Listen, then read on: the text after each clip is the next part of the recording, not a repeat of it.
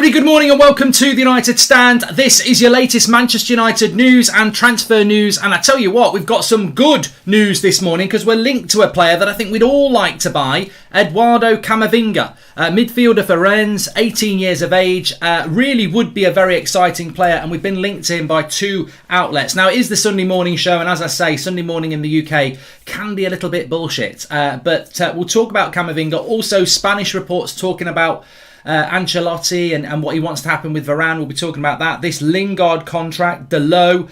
I'm a little bit frustrated about what we're apparently doing around selling players, that Solskjaer wants to evaluate players before selling them. I mean, how long do you want to evaluate them? You've sent them on loan. Do you not evaluate them there? It's a little bit weird. We'll talk about that.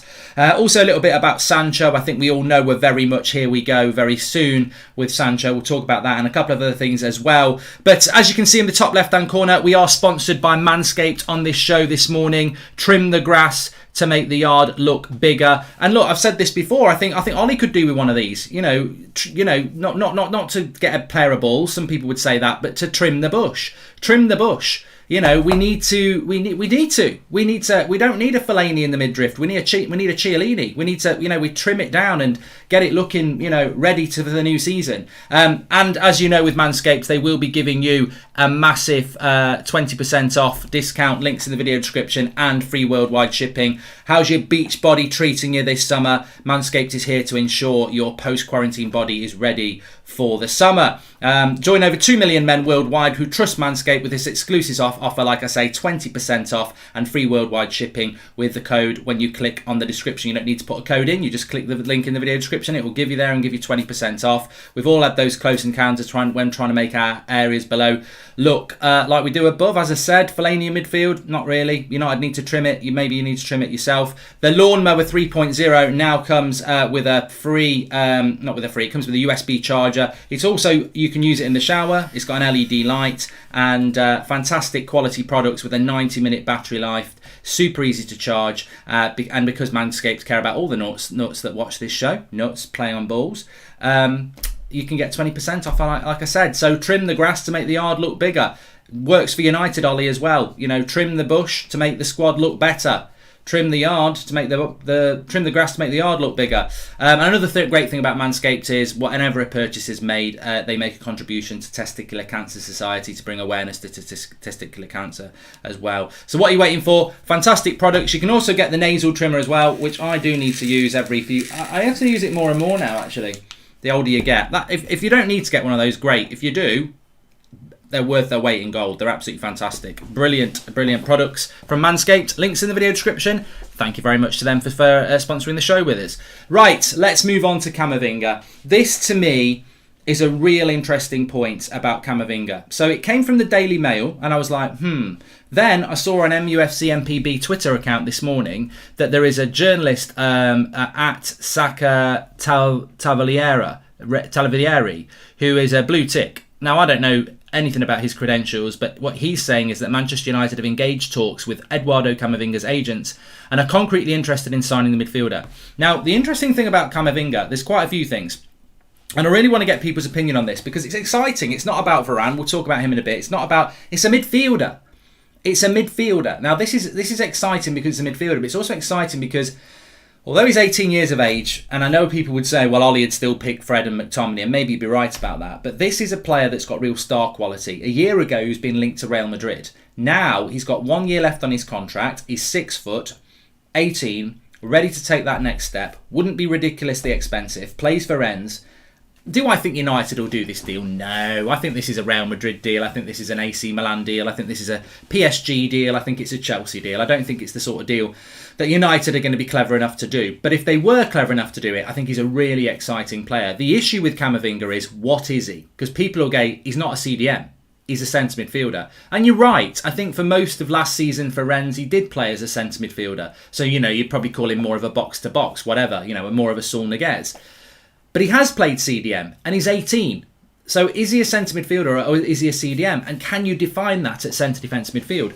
Now, I haven't watched Camavinga religiously, but he's a player most football fans will be aware of probably over the last couple of years. And whenever I've dipped in and had a look at him, he is fantastic energy. He is fantastic at tackling. So, and he's good on the ball. So he could be a CDM of the future. And he could be Manchester United's option there. I don't know if you've mentioned it before, but do you think there's anything in this 130k per week renewal for Lingard? I hope not, says Joshua Bowater. We're going to talk about that, Joshua. We are going to talk about that, so don't worry, we will get on with that, definitely. But I did tweet out off at Mark Goldbridge thoughts on Camavinga to United, and I just wanted to have look, somebody says he's going to Arsenal. I mean, if he goes to Arsenal, what's that all about? Mohammed says Ndidi's proven in the Premier League. Liverpool are signing a new defensive midfielder. This is United's chance. Give 40 million plus Andres Pereira. A lot of people just saying it's just rumours. Really good signing if we definitely signed him at United, says United Daily News. He wants PSG and he'll get his move to PSG, says KJ. Love it. His tenacious, hard-working skills. French pivot with Pogba. Get him and Varane, and our window is 10 out of 10 if we manage to keep our front six, says Anmol. And Hunter Zoom says would 100% take him. Not an out-and-out CDM, but neither is Kante, and he plays well with Pogba as a CDM. And Ash says would be a horrible move for him. He wouldn't get game time to develop. So I think they're just a selection of people that replied to me on Twitter. Interested to see what you think. Camavinga or Bellingham, says Smith Ting. Well, Smith Ting, Bellingham would have been a good signing for United, but we didn't get Bellingham. The ship has sailed. You're going to have to pay 120 million to get Bellingham next summer. That ship has gone. United messed that up big time. Arsenal also working on Camavinga. Edu had been working hard on the deal. No chance we get him over Arsenal, says Bubby. Look, I'm not going to banter Arsenal here. I thought Pepe was a good signing. I thought Gabriel was a good signing. And I thought Partey was a good signing. Whether they've been good signings for Arsenal or not, I still think I would have probably taken 2 out of the 3 at United. I would have been happy to take 2 out of those 3, maybe all 3. So I don't think that it's impossible for Camavinga to go to Arsenal. But what I would say if I was Manchester United is this not the issue? Is this not the issue with Manchester United that, we spend so much time on Jadon Sancho, we spend so much time on, Trippier or whatever, and you take your eye off the ball on deals like that could be really beneficial to Manchester United. So I like it. I like the signing, and I think that I don't think United will do it. But, Ebong says he's going to go to Real Madrid. I don't think Manchester United will get Camavinga, but I don't think Manchester United will get Varane. Look, I suppose the question is, if the summer was Sancho, Varane and Camavinga, would I be happy? God, yeah. It's not... This is what I mean. Do I think it will happen? No. But, I should clean my glasses before I come on air, really. Clean the glasses to make your eyesight better. Trim the yard to make the grass look bigger. Trim the grass to make the grass look bigger. Manscape, 20% off. Clean your glasses to make your eyesight better. Just makes you feel better, makes you see better. But it's attainable for Manchester United. That's what I'm trying to say. Sancho's going to happen. Varane could happen. Camavinga's got 1 year left on his contract. Can happen as well. That to me, I'd say, look, whoa, I'm not greedy. I'm not greedy here. Sancho, Camavinga, Varane. I'm happy. Drop the mic. I'm off. Let's go. I'm off to Ibiza for a couple of weeks for Jordan. Jordan's doing a bit of DJing. Let's go. Get a bit of Kylie on and take that. Let's have a great time. The summer's done. We're dancing. I'm up for that. It's not going to happen, is it? But I would be happy with that. I'm not a greedy Man United fan. We need a midfielder who can play CDM, and I think Camavinga could do that. We need a centre-back. Varane can definitely do that. And Sancho's going to happen. I'd be very, very happy with that. And of course, if you can keep Paul Pogba at the club, happy days. So I'd be very, very happy with those deals. But apparently he's got the same agent as Luke Shaw and Dean Henderson as well, Mark, says Declan R. Look, people are going to get excited about this Camavinga news.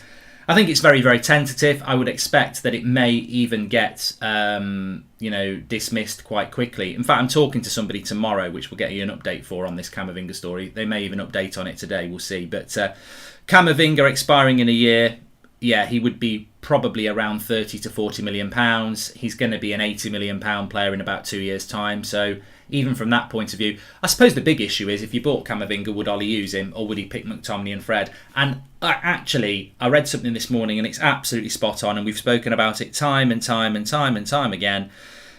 A lot of people feel this as well, that we're not buying a midfielder unless Paul Pogba leaves the club. And, people would say, why? And the reason is because Ollie looks at it and he goes, I've got McTominay and Fred and Pogba and Van der Beek who can play in the midfield. I've got 4 midfielders for 2 spots. That I'm fine. We're not fine. McTominay and Fred are not good enough and they're not CDMs, and neither's Paul Pogba. He's not a CDM. So we do need somebody who can do that. But I think that, I think there is truth in the story that we're not going to buy a midfielder unless Pogba or Van der Beek goes. And for me, we need a specialist CDM. So let's see what happens with Camavinga. But it's certainly exciting, I would say. It's exciting to be talking about something that's not Jadon Sancho. It's exciting to be linked to a midfielder, and it's certainly a signing that United could do with 1 year left on his contract. He plays for Rennes, and we need a midfielder. And he's a very, very good tackler, and he's very tenacious. And at 18, he can be a CDM. He definitely can. It's not like you're trying to convert, Bruno Fernandes into a CDM at 25, 26. He's an 18-year-old whose one of his biggest assets is tackling. So, yeah, he definitely could do that role. Whether it develops into anything, we'll have to wait and see. Camavinga said his idol is Pogba, says Sheldon. Well, I wouldn't be surprised. And I think Camavinga and Pogba in the pivot would work. I do think it would work. Because I think Camavinga's probably, the interesting thing about, before we move on, is Kante is not really a CDM in the way that I would pick a CDM. A CDM to me is Michael Carrick, it's Jorginho, it's somebody who sits in front of the back four, takes the ball off the back four and feeds players in front of them and never really ventures away from there. Kante's not really that CDM, he can do that. He's very good, and all people always describe Kante as a CDM. But he's probably more box-to-box in many ways because he's so energetic, he gets forward, he gets back, he gets forward, he gets back. And, you can play Pogba and Kante together, even though Kante really isn't that Carrick-type CDM. So you can play Camavinga and Pogba together. You don't necessarily have to have that player that's just going to sit there all the time. So look, we'll see. We'll see what happens with it. But it would be a very big positive if it did happen. I will just talk about this Lingard story because I know it was mentioned on the show last night with Levin, but I will bring it in here as well because obviously I wasn't on the show and I didn't have my say. So it's coming from the Daily Star, which really, it's bin tier here. This is not something, the Daily Star is the sort of outlet that could say Messi's signing for United. So why would you massively, go to town on believing it? However, there is stories out there that United are looking to give Jesse Lingard a new contract. This story was a 3-year deal on 130k a week. I mean, it's wrong. It's a hat trick of wrong. 1, we shouldn't be giving him a deal. 2, it shouldn't be a 3-year deal. And 3, why are you giving him a pay increase?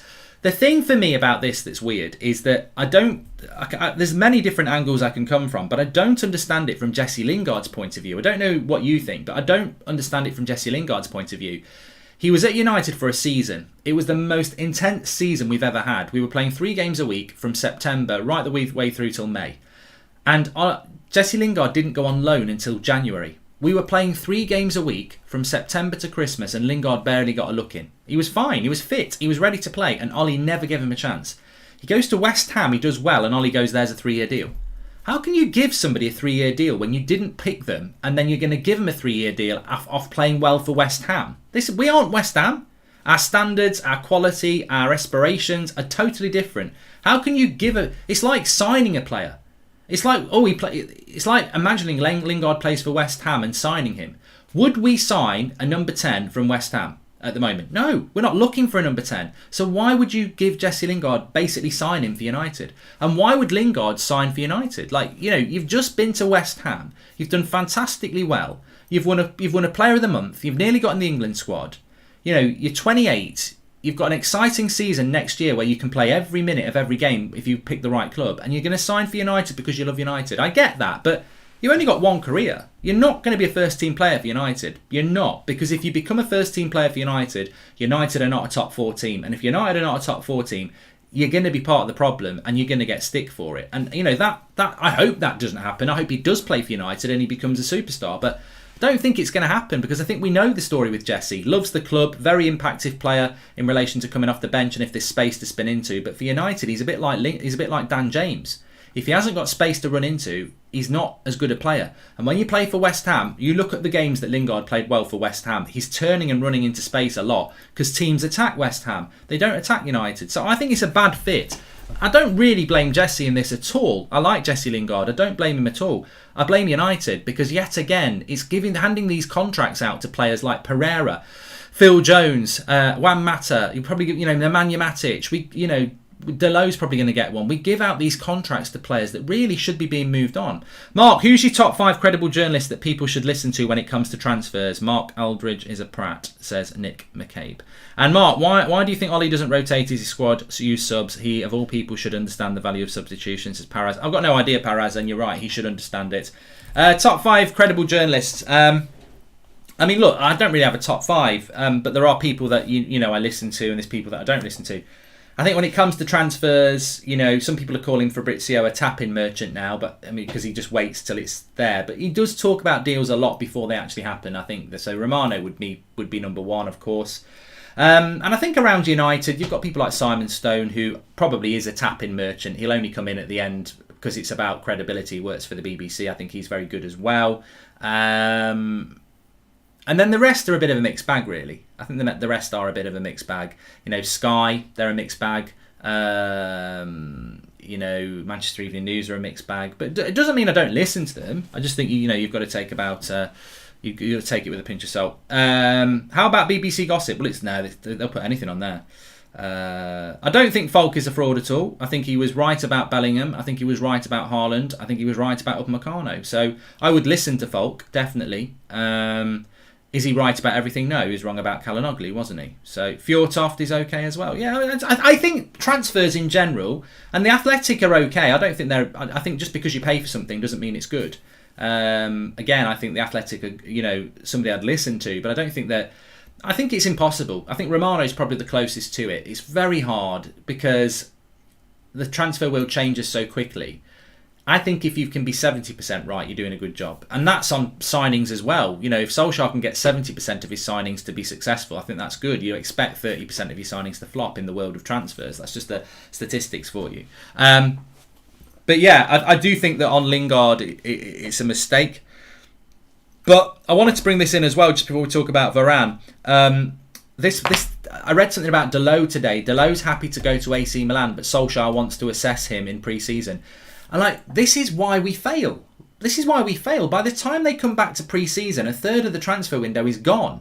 The transfer window opened at the start of June and it closes at the end of August. You've got 3 months. We come back training the second week in July, I think it is, or maybe the first week in July. But still, a month of the transfer window's gone. You've had Dilo at the club. You've had Lingard at the club. You've had Pereira at the club. They've been on loan, and then you're going to reassess them. If you didn't think they were good enough, you wouldn't have sent them on loan. And what they've done on loan is not comparable to United. So unless you're going to give them games in a United shirt, it just seems to me it's it's the old Manscape thing again, isn't it? Trim the bush, for God's sake. Stop letting it grow. It's not going to trim itself. Trim it. These players are not good enough. You've decided they're not good enough. What I think, what the fans think, doesn't matter. Some people think Dilo is good enough. Some people don't. Ollie clearly doesn't. He doesn't. He loaned him to Milan and left us with Wan-Bissaka all season because he didn't want to use Brandon Williams. He didn't want to use Twan Sebi at right back. So he loaned Dilo knowing he was short at right back, and he's going to reassess him again. Why are we reassessing players in pre-season? We know these players. Football, I tell you what, it pisses me off because this reassessment thing, he needs to look at them in training. It totally mocks the football world we live in. The football manager generation, where you can know everything about every player without ever actually watching them train. These players, scouts and analysts, everything. You know everything about a player. You know, if you need to watch them in training, why do you sign players in the first place? You know, why are we trying to sign Sancho from Dortmund when we've never seen him train with United? Why would we be linked to Camavinga when we've never seen him have a training session for United? It's a load of nonsense, basically. The reality is, we're probably not able to sell Dilo. That's probably what it's about. Mark, would you sell Donny if it meant we got a CDM, says Chubba? Well, no, I mean, look, that's a very definite question. And if you're asking me, would I get rid of Donny for a CDM? Probably not, but we do desperately need a CDM. And again, we're not Stoke. It's like people who say, let's try Lindelof as a CDM. We should never try Lindelof as a CDM because we're Manchester United. Will Man City try Stones as a CDM? Will Man City say you can have a CDM if you sell De Bruyne? No, they won't. They'll get the CDM, and this is what winning's all about. So I don't like those hypotheticals because it suggests we are a mid-table club. We're Manchester United.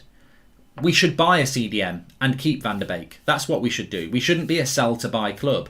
Are we that? We're going to find out. Because if we don't buy a centre defensive midfielder, it can only be total incompetence on the manager or lack of funds. And I think it's lack of funds. I think Solskjaer would love a centre defensive midfielder because he hasn't got one. Whether he thinks he need one or not, he hasn't got one, so he would get one. I think this is about finances. I think United are buying Sancho because it's a marquee signing. I think it's a shirt seller. And I'm very happy we're getting Sancho, like I said on Thursday night. I mean, there's massive positives to buying Sancho, but he's a shirt seller, and that's why the Glazers are prioritising that first. It'd be interesting to see what comes after, but he's definitely a shirt seller. Spanish reports coming in that Ancelotti has been in talks about, obviously he's new in at Real Madrid, having left Everton. Ancelotti has been in talks with Real Madrid about what's happening with Varane, and at this moment in time, Varane is still very standoffish about committing his future to Real Madrid. I mean, look, there's two ways you can go with this. I think on Varane, I would say that there is enough there to be confident that this deal can happen. You know, United can do this. There is no question. I mean, look, what I know and what anybody, you know, of credibility you can go and look for will say is that Manchester United are prioritising a deal for Raphael Varane. Raphael Varane is the number one target. So Manchester United tick. Varane leaving Real Madrid tick. Then the hard work starts. But I've got to say, I'll come back to that from J-Lings fam. It's a good point. Please smash a like on the video if you're watching, by the way, and make sure you subscribe, bottom right hand corner, to do that. We'll be obviously going to, I reckon in the next 4 days, we're going to be going live with Here We Go. So make sure you subscribe, bottom right hand corner, and get your notifications on, because we will be going live at, could be 11 o'clock at night, could be 7 o'clock in the morning, but I do think we will be going live in the next 4 days with that. I've got no definitive information, but I think in the next 4 days it's going to happen. But on Varane, I'm just going to stay. I'm going to say, look, I'm more than happy to say, you know, 90% club kicked off again, didn't it, with Sancho? 3 weeks ago, and we've been right. With Varane, I'm not even 40%. I'm not even 40% with Varane. So I don't think United are going to do this deal. I think it's too good to be true. I don't think we will do the deal. I really don't. My fear is that this is Sergio Ramos all over again from 5 or 6 years ago, where Spanish reports he's coming to Manchester United. He's definitely leaving Real Madrid, and then suddenly he's signing a new contract. So I've been down this road before. I'm sure many of you have as well. I just expect Varane to sign a new deal, and especially looking at Alaba last night for Austria. I mean, what a player Alaba would have been for United. I mean, there was the deal to try and do. That was the deal to try and do. Alaba would have been brilliant at United. Not even just as a centre-back, he can play CDM as well. I mean, he would have been so good. I mean, I would have played Alaba at CDM for United would have been perfect. I'm surprised no one's ever really used him as a CDM, because there's a player that you're not putting a square peg in a round hole. I just think Alaba's he can play left wing, left back, left wing back, left-sided centre-back, CDM. He can probably play box-to-box as well. What a player he is. And, Real Madrid are going to get him. And I think if Varane looked at that game last night, he might think, I quite fancy playing with him, but we'll see. Mark, do you think Ollie... So, yeah, on Varane, look, it keeps ticking along, but I just fear that he's going to sign a new deal at Real Madrid. Mark, do you think Ollie is clueless at making decisions, says J-Lings fam? Well, I don't know. I don't know really about... I don't really know about Ollie and decision making, because does it all rest on Ollie? I think his substitutions, ultimately you're the manager. Now, I've heard rumours, and I don't know how true this is. We've heard that Mike Phelan, who's the assistant coach, doesn't really coach. He's more a manager. He's involved in a lot of the rooms that Ollie walks into. The picking of the team, the transfers. He's not a traditional assistant coach. He doesn't take on the training. So Ollie doesn't train the team, and our assistant coach doesn't really train the team. It's Carrick and everyone like that. I wonder how much Mike Phelan is actually involved with Ollie, and how much that role is shared. Because, if that is a shared role, then that's going to lead to indecisiveness, isn't it? Because if you've not got one clear voice at the top of the club, like we did with Sir Alex, like you do with Pep and Klopp, who will consult people, by the way, but they're the clear voice. Maybe that leads to hesitation and indecision. I mean, I've got no idea, but sometimes I look at the bench when we need to make a sub, and you'll see Ollie there, and he'll be chatting away with Carrick and that, and you think, does he have to get verification before he does it? So I think there is indecision. And Ollie's put his hands up, and I love Ollie, and he has put his hands up and been honest and said we're a work in progress as a coaching staff. Whether that's acceptable for United or not, he's always been very honest about that. Therefore, that takes it beyond the coaching to the people who are above him. If the board members and the owners are sat there going, well, we're happy for a coach to be saying that they're a work in progress and they're not really ready yet as coaches to win titles, well, we've employed them, it's on them. So I just think that blame, for me, is hardly ever exclusively on one person. I mean, it is in certain situations. If you're driving the wheel of a car and you do something in that car, you're at the wheel, you're in control. If it's driver error. But, and I'm not trying to move on to Ollie's at the wheel here, but what I'm saying is when you're talking about indecision around transfers, etc., well, there's a lot of people involved in that. The Sancho deal taking 6 weeks is nothing to do with Ollie. My granddad passed away on Thursday. Thanks for making me feel better. Have a great summer, Mark, says Matthew Larney. Rest in peace to your granddad, Matthew. Thoughts and prayers with you and your family. Very sad to hear that. And, I know it will take time, Matthew. That's the way it is. That just shows how much you love somebody, because when you love somebody, it takes time to get over it, because, otherwise, what was the point in, it just shows you how much you love someone when they go, because it hurts. Rest in peace as well. Ryan Fox says, I've got to disagree with prioritising a CDM. We need a centre-back ASAP to partner Maguire. The only reason McFred plays is because the centre-back pairing is not good enough and forced Pogba out to the left wing, says Ryan Fox. Well, we'll see about that next season. A lot of people saying that if Pogba stays, he's got to play in the midfield if we get Sancho, because you can't put him on the left wing, which will mean that midfield changes.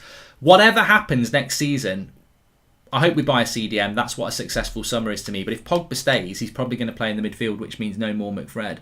How much does Ollie rate Camavinga? Will we go for him? Will he start on his lineup, or due to his age, will he be benched like Ahmad, says Villiers? Well, yeah, I mean, look, we talk about Bellingham. We missed the boat on Bellingham. But would Bellingham have played the amount of games for United as he did for Dortmund? Not a chance. We'll never know, but not a chance. Please smash a like on the video. We've got nearly 10,000 watching. Get your questions in as well. Amit says, all we hear about is incomings. Any news and outgoings? If not now, when can we start trimming the squad? Why do we only need one deal at a time? Trim the squad, Ollie. Yeah, trim the squad. I mean, yeah, trim the bush, trim the squad. I don't know who's going to head out the door. I don't know. I really don't know. Fraser says, James Breen said we should play Daniel James at CDM due to his ability to cover ground. What are your thoughts, Mark? I think James Breen's a prat, Fraser. And I think with Dan James as well. Look, Dan James is not a Manchester United player. That's absolutely fine. We saw it yesterday with Wales. He just couldn't get the space to run into. This is what happens when you come up against well-organised teams who know what your strengths are. They shut you down. Dan James is a very limited player. I've said this before. I know it upsets people, but Dan James is a limited player. But if he's got space, he becomes a very, very, very dangerous player. Gets his head down, meet, runs, can put a good cross in, can get a shot off. No one's going to catch him. But you know what? If that was football, there would be Pep Guardiola and Jurgen Klopp scouting the world for people like Usain Bolt who can, who've got good ball close control. The reality is, quick players are dangerous, but quick players who've got close ball control and can pass a ball are more dangerous. Otherwise, every team would have just a speed merchant, and they don't. Have Chelsea got a speed merchant? No. Have Man City got a speed merchant? No. They've got quick players, but they're good creative players as well. So Dan James to me is a player that United need to move on, because I think he's a Premier League player. He's just not a top 4 player, and that's absolutely fine. It's absolutely fine. Not everybody's good enough. Not everybody needs to be called shit. Not everybody needs to be a flop. Some people come into United, they're not quite good enough. You move them on and you wish them the best. The worst thing is to keep flogging a dead rock. I mean, is a rock ever alive? I don't know. Some scientists will tell me, but it is like flogging a dead rock, because it's never going to be good enough. And that's where the criticism comes, is when you persist with these players. And I think that's what I'm talking about. Giving Lingard a new contract, keeping Juan Mata, keeping Matic, giving Dilo another chance. How many times are you going to keep going round the same circle? Lingard's had loads of chances under Ollie. Mata's had we've seen loads of games with Mata over the last 2 years to understand that him and Matic are finished. But we'll keep doing it again. And I think that's what annoys people. You know, people being moved on, it's sad, wish you all the best. But the frustration starts to build against the coaching and the player when we keep going round the circle again and again and we don't progress and we don't reform and we don't move on. Especially when you see teams like Chelsea and Man City who are very ruthless. If we manage to sign Varane, Sancho and CDM, where do you see us finishing in the Premier League and Champions League with Ollie at the wheel, says Subo. I would expect the minimum of second again, to be honest with you. Mark, I got to disagree. We've done that one from Ryan Fox. Don't know why that one's come up again. Just a few people asking about Sancho. Don't really want to talk about Sancho. That's why this show has been so good. We haven't spoken about Sancho. But yeah, I expect in the next 4 days we'll get a Here We Go. Whether we'll see him holding up the shirt in the next 4 days, I don't know. But I think in the next 4 days we will do. I'd be strongly keeping an eye on Wednesday, Thursday. For me, Thursday, because it's the 1st of July, it's team viewer. But I think as soon as the England game's out of the way, that's when, you know, Sancho will be given the time. I mean, especially if England go out, it's rock on Tommy. It really is. It's going to happen very quick. Varane wants to come to London, Mark, so he will go to Chelsea or Arsenal, as Henry was one of his favourite players. Plus, we are getting 250 million budget this summer. I love Arsenal fans. Absolutely deluded. Look, I'm not saying Arsenal wouldn't get Camavinga, but, you know, I don't think you will. Mark, what are your thoughts on our defence, coach Kieran McKenna? Says Sibo. Look, I think in life it's not about being a hater. It's about being constructive. And you know, I want McKenna and Carrick and whoever the coaches are to be successful. But I can only point to the evidence. We spend, you know, 3 times a week watching Manchester United play for 90 minutes. How many games did we watch together last season? Well over 50. And numerous times we saw an inability to defend across.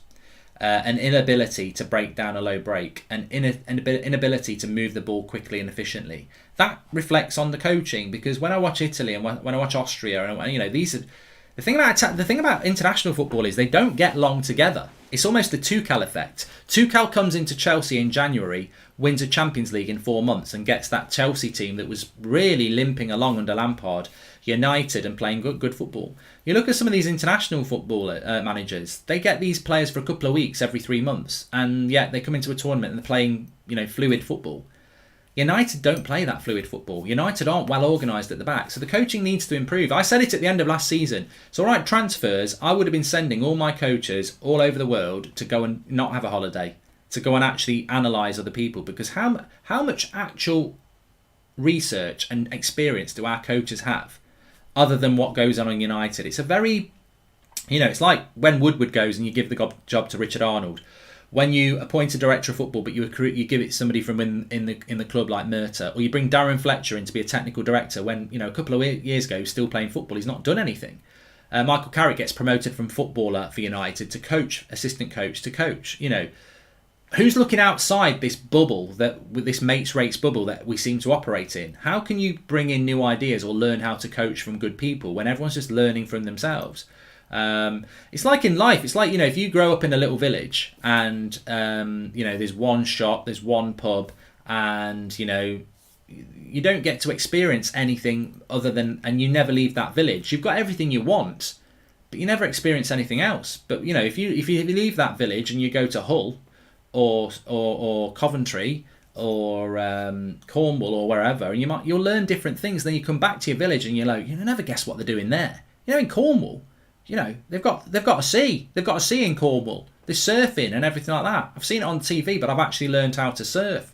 I went up to Hull. There's not a lot going on there. There's a few fishing boats. That's how they catch fish. Coventry, yeah, I just drove through it. Just learned there are worse places than here. You know, so it's like, I feel like United are living in a little village where everybody knows each other and everyone keeps their own secrets and everybody's everyone's mate. But we're not expanding out of that. You know, where are the coaches going to learn new things? Where is our CEO, our director of football, going to learn new things? We're very insular at United, and I think that then when things go wrong, you know, it is interesting. Mark, at what time of season will you be Ollie in or Ollie out? He is on a knife edge, like you mentioned all the time. As soon as the game kicks off, thanks for this sticker there, Renate. As soon as the game...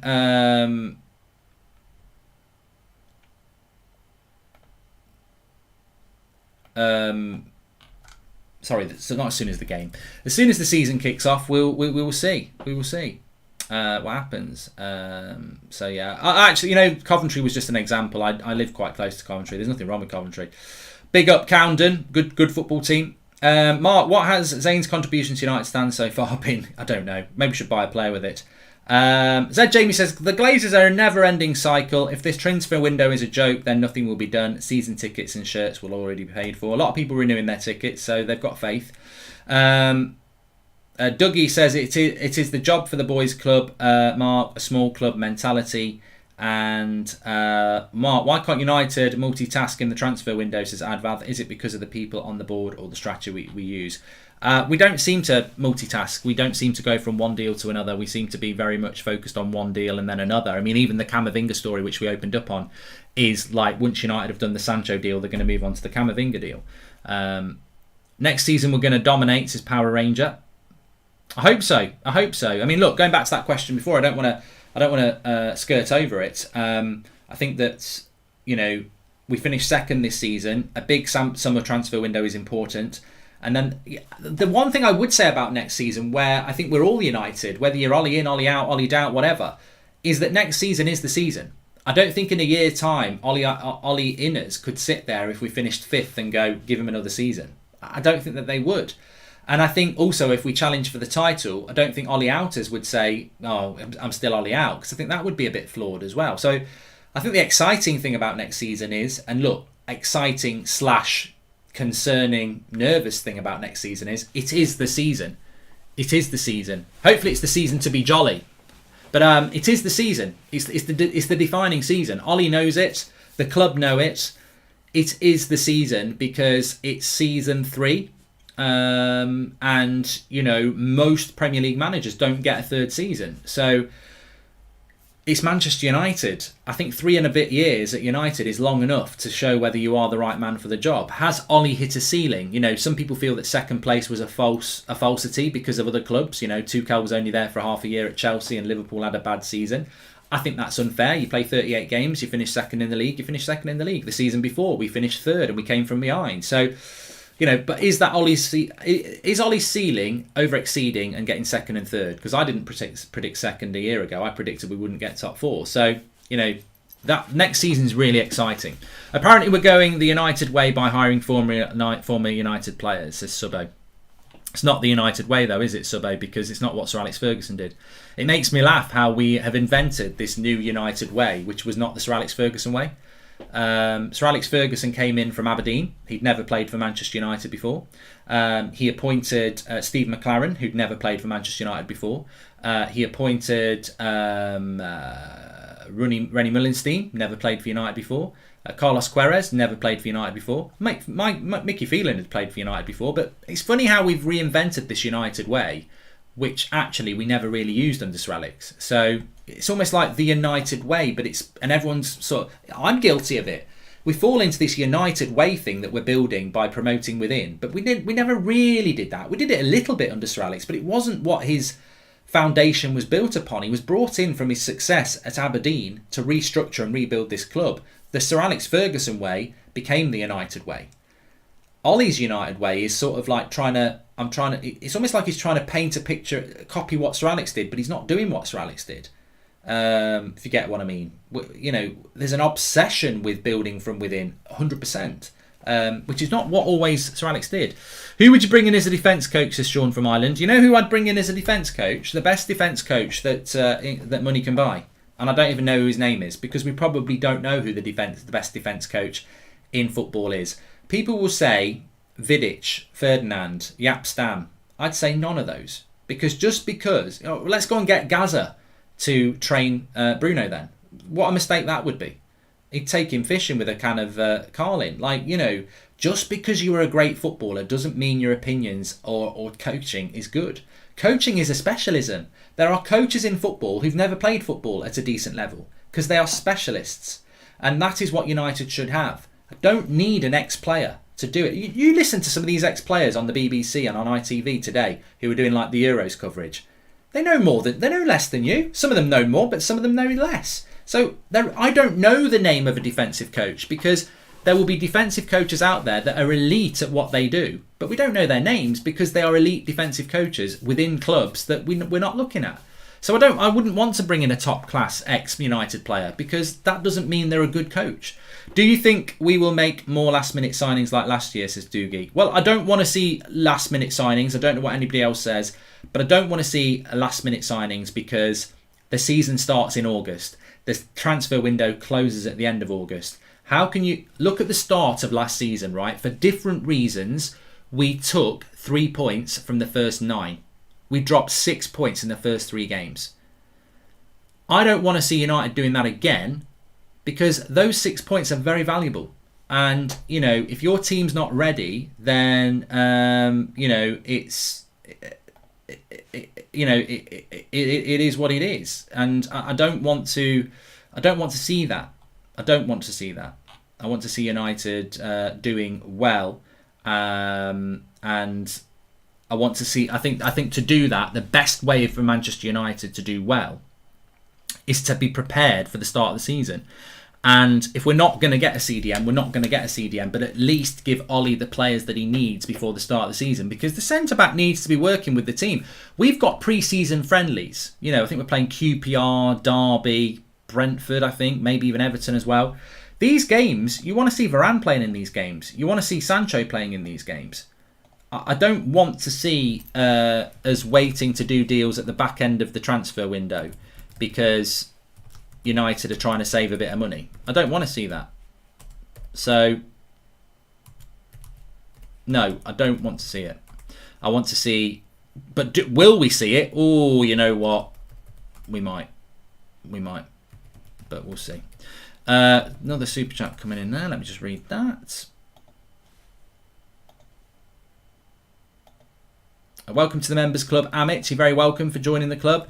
Can I just say as well, thanks everyone who joins the Members Club, and thanks everyone who's supporting the channel at the moment. As you know, it's been a chaotic few weeks, and I think Levin and Joe did a fantastic show last night, and you know, ultimately, I think I'm sure everybody's aware, there's been a lot of changes over the last few weeks, and those changes were forced upon us with literally a day's notice. So, you know, best of luck to those people who've gone on to do new things, but they did throw us under the bus in relation to how quick that happened. You know, most things, you know, you get a period of transition. So I think we've steered the ship fantastically as a community, and good luck to people who go off and do their own thing, of course. But, you know, the United stand remains here, and I think you lot deserve a massive amount of credit for, you know, getting involved with the show, people who become members, people who are getting involved. And look, I just want to say a big thank you to you, because it's so hectic at the moment. The Euros are on, all the transfer news. It's a busy time.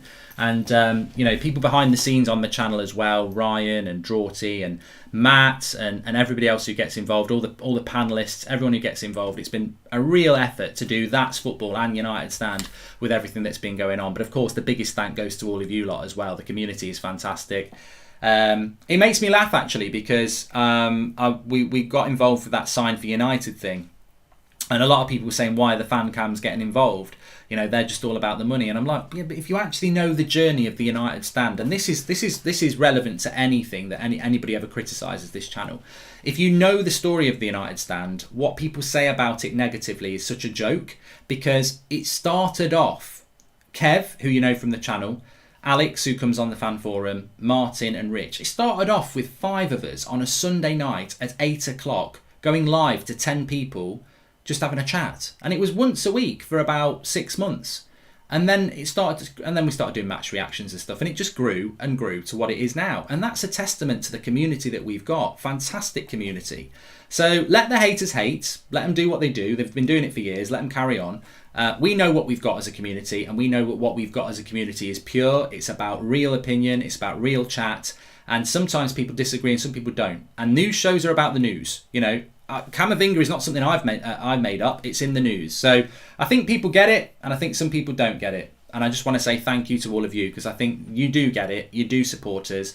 You do, you know, from all around the world. I know a lot of the names in the chat, and I think you're absolutely fantastic. And it doesn't go unnoticed when we go through these positions, situations of transition. The TUS Army, says Advath, exactly. And look, I think you're fantastic, and thanks for your support. Mark, I think you're brilliant at what you do. I can't wait for the league to start again. Are you the same? Also, do you think City get Grealish as mate, Mr. J-Pank? Look, I love the transfer window, but I'm so happy that the Euros are on, because I love football. And I think what we get lost in is it's almost like, you know, when you play FIFA and you're doing an SBC or something like that, you're basically swapping players out to get a card, but you're not actually playing FIFA. And I think transfer windows are like that. You know, the transfer window is like a little bubble. It is. It's obsessive. It's like, oh my God, I want this player, I want that player. You almost like, you know, when the transfer window, we've had it a few times where a transfer straddles the season. And United are playing, but you're more focused. Like when we were signing Bruno, we were playing games and it's like, well, I want Bruno. Oh, you know, the 90 minutes, you watch it, but I want Bruno. Ultimately, the main thing about these signings is to perform on the pitch. I love it when the transfer window closes because then it's like, well, that's that until January. Let's focus on the football pitch. So look, I can't wait for the start of the season. I think it'll be great. Absolutely great. And I'm really looking forward to it. So, yeah, be fantastic. Absolutely fantastic. I don't think Fabrizio has tweeted. I'll double check. I don't think he has. Camavinga to you? No, I'm only joking. No, he hasn't.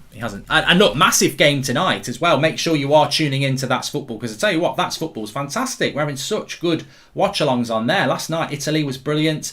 Not so good for Wales, but Belgium, Lukaku against Cristiano Ronaldo tonight. The battle for the Golden Boot at 8 o'clock. Will Bruno start? And obviously 5 o'clock, the Netherlands against Czech Republic, which I think will be a good game as well. So, yeah, look, thanks everyone for watching. Make sure you smash a like on the video and subscribe, bottom right-hand corner. Keep getting involved. Lots going on the channel. Absolutely love the way things are going. Lots of ideas as ever. And got a good show for you tomorrow. I think you're going to like that. And we will be back. I don't know what. Look, we have been doing the 7 o'clock show in between the two games. But the problem is, if the 5 o'clock game goes to extra time, that doesn't finish till 7:30. And then you haven't got time to do a show before the 8 o'clock. Can't do an 8 o'clock show because of the game. So at the moment, I think we're just going to do a 10 o'clock show straight after. Well, it was 10:30 last night because of extra time. So I think we're going to do an evening show. 10 o'clock at the moment, unless something breaks, because it's really hard to get that early evening show in at the moment. So looking like 10 o'clock show tonight, unless something happens obviously this afternoon, which I don't think it will. If it does, Jim White, breaking news, Mark Goldbridge will be live, but we'll probably do 10 o'clock tonight. Thanks everyone for watching. Really appreciate your support, like I say, and we'll speak to you all very soon. Take care, have a good day, stay safe, whatever you're doing. I'll speak to you all in a bit.